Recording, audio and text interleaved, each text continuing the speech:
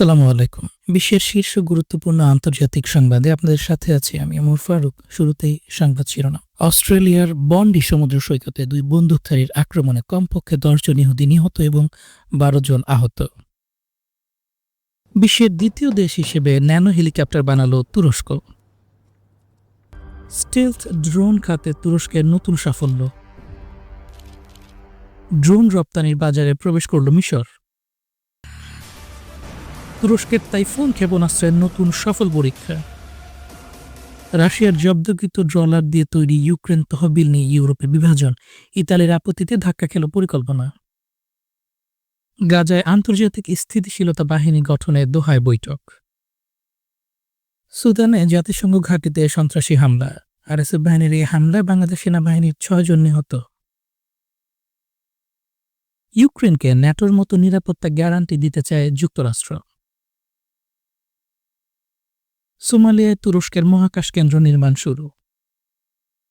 তুরস্কের কাছে F-35 বিক্রি ঠেকাতে তৎপর নেতানিয়াহু। কোভিড ভ্যাকসিনে গুরুতর সতর্কবার্তা দিতে যাচ্ছে যুক্তরাষ্ট্র, তৈরি হয়েছে মৃত্যু ঝুঁকি।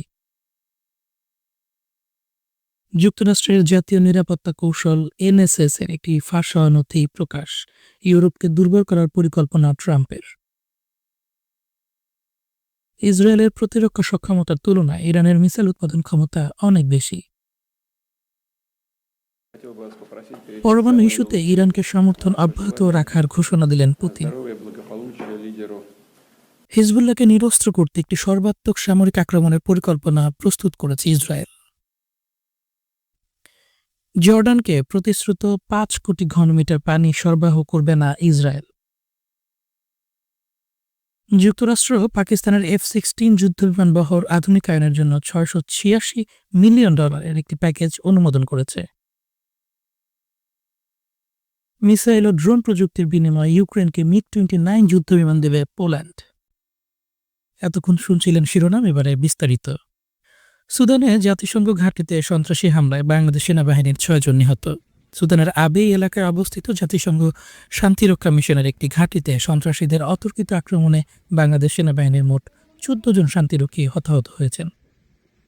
এর মধ্যে ৬ জন শান্তিরক্ষী নিহত এবং ৮ জন শান্তিরক্ষী আহত হয়েছেন বলে জানা যায়। উক্ত এলাকায় পরিস্থিতি এখনও অস্থিতিশীল রয়েছে এবং সন্ত্রাসীদের সঙ্গে সংঘর্ষ চলমান রয়েছে। আহত শান্তিরক্ষীদের প্রয়োজনীয় চিকিৎসা ও উদ্ধার কার্যক্রম গ্রহণের জন্য সংশ্লিষ্ট কর্তৃপক্ষ সর্বাত্মক প্রচেষ্টা অব্যাহত রেখেছে। নৃশংস এই হামলাটি চালায় সংযুক্ত আরব আমিরাত সমর্থিত বিদ্রোহী গোষ্ঠী RSF এর মিলিশিয়ারা। অস্ট্রেলিয়ার সমুদ্র সৈকতে ২ বন্দুকধারীর আক্রমণে কমপক্ষে ১০ জন নিহত এবং ১২ জন আহত হয়েছে। আক্রমণকারী দুজনকে আটক করেছে স্থানীয় লোকজন ও পুলিশ। ইসরায়েলের রাষ্ট্রপতি দাবি করেছেন যে আজকে অস্ট্রেলিয়ার সমুদ্র সৈকতে ২ বন্দুকধারীর আক্রমণের মূল টার্গেট ছিল ইহুদিদের একটি উৎসব। তবে অস্ট্রেলিয়ার সরকার এখনও পর্যন্ত আক্রমণের ধরন বা টার্গেট সম্পর্কে কোনো বিবৃতি দেয়নি। অস্ট্রেলিয়ায় আক্রমণে ১০ জন নিহত হওয়ার বিষয়টি নিশ্চিত করেছে অস্ট্রেলিয়ার পুলিশ। পুলিশ বলছে আক্রমণকারীদের একজনও নিহত হয়েছে, বাকি জনের অবস্থাও আশঙ্কাজনক। এই ঘটনায় ২ জন পুলিশ সহ মোট ১১ জন আহত হয়েছে বলে জানা গিয়েছে। আক্রমণের নিহতদের মধ্যে বেশিরভাগই ইহুদি বলে দাবি করেছে ইসরায়েলি গণমাধ্যম। ইহুদিদের মধ্যে একজন ইহুদি ধর্মগুরু বা রাবাই আছে বলেও খবর করেছে কিছু কিছু ইসরায়েলি মিডিয়া। তবে অস্ট্রেলিয়ার পক্ষ থেকে এ বিষয়ে এখনও কিছু বলা হয়নি। ওদিকে ইউরোপীয় নেতারা তাৎক্ষণিক শোকবার্তা দিয়ে বলেছেন ইহুদিদের ওপর এই বর্বর আক্রমণের তীব্র নিন্দা জানান তারা। বিশ্বে দ্বিতীয় দেশ হিসেবে ন্যানো হেলিকপ্টার বানালো তুরস্ক। তুরস্ক প্রথমবারের মতো উন্মোচিত হলো ন্যানো হেলিকপ্টার ন্যানোল্যাব। নরওয়ের পরে বিশ্বের দ্বিতীয় দেশ হিসেবে এমন হেলিকপ্টার বাজারে আনলো দেশটি। হেলিকপ্টারটি উৎপাদক সংস্থা উলুদোগান সাভুনমা ইতিমধ্যে প্রযুক্তিটি রপ্তানির জন্য ৫টি দেশের সঙ্গে চুক্তি স্বাক্ষর করেছে। প্রতিষ্ঠানটি জানায় মাত্র ১০০ গ্রাম ওজনের এই হেলিকপ্টারটি সম্পূর্ণ স্বয়ংক্রিয়ভাবে উঠতে পারে। ৩ মিটার দূরত্বের বাইরে এর শব্দ শনাক্ত করা সম্ভব নয়। এটি গোয়েন্দা নজরদারি ও কামিকাজে আক্রমণ ২ ধরনের মিশনেই সক্ষম। সেনাবাহিনীর চাহিদা অনুযায়ী মাত্র ২ বছরে এই ন্যানোল্যাব উন্নয়ন সম্পন্ন করেছি আমরা। স্টিলথ ড্রোন খাতে তুরস্কের নতুন সাফল্য।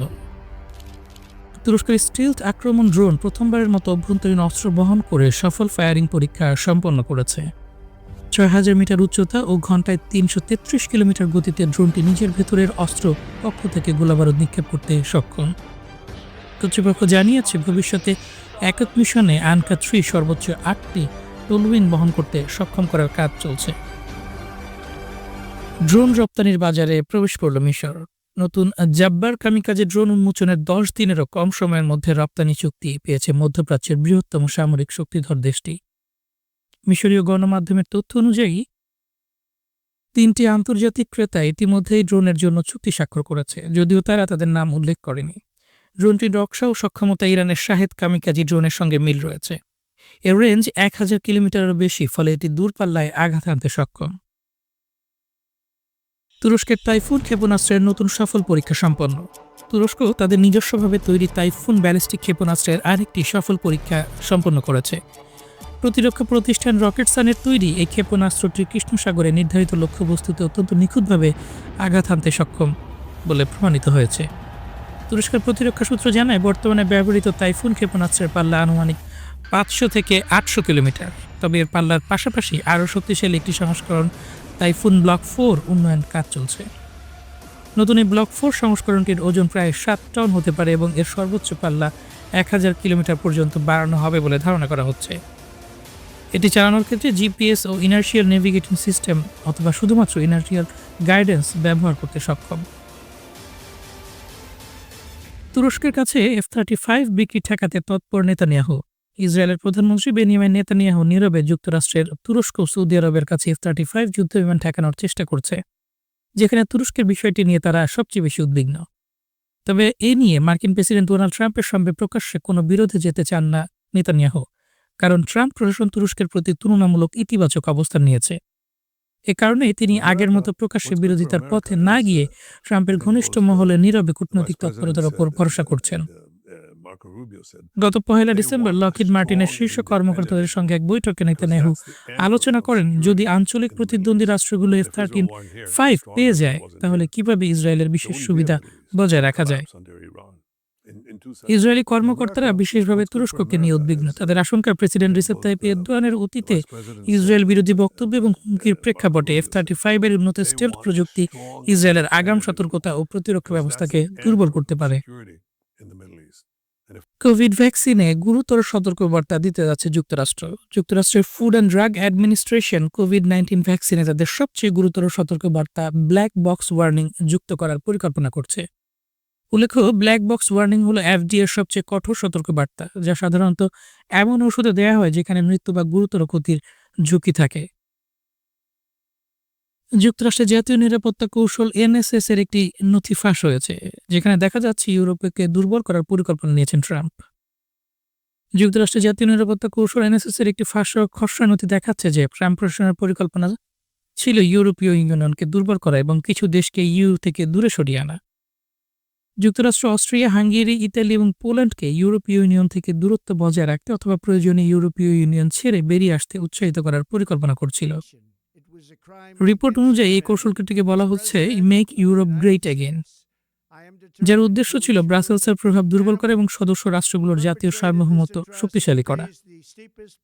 তবে হোয়াইট হাউসের ফাঁস হওয়া নথিকে মন গড়া ও ভিত্তিহীন বলে উড়িয়ে দিয়েছে তারা। তারা দাবি করেছে এ ধরনের কোনো খসড়া NSS নথি কখনোই ছিল না। ডিসেম্বর 10 তারিখে ডিফেন্স ওয়ান প্রথম এই রিপোর্ট প্রকাশ করলে ইউরোপের বিভিন্ন রাজধানীতে ক্ষোভ তৈরি হয়। বহু ইউরোপীয় ইউনিয়ন কর্মকর্তা অভিযোগ করেন যে ওয়াশিংটন এই ধরনের পরিকল্পনার মাধ্যমে ইউরোপীয় ঐক্যে হস্তক্ষেপ করতে চাইছে।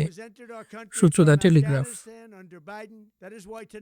ইসরায়েলের প্রতিরক্ষা সক্ষমতার তুলনায় ইরানের মিসাইল উৎপাদন ক্ষমতা অনেক বেশি।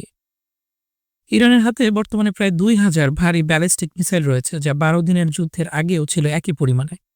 এই হিসাব এসেছে CIO ও সেন্টকমের অনুমান থেকে। বিশেষজ্ঞরা বলছেন এই সংখ্যা সবসময় কম করে ধরা হয়েছে। ইরানের হাতে আসলে এরও বেশি মিসাইল রয়েছে। যুদ্ধ চলাকালীন এর মাত্র 12 দিনে 600টি মিসাইল নিক্ষেপ করেছিল।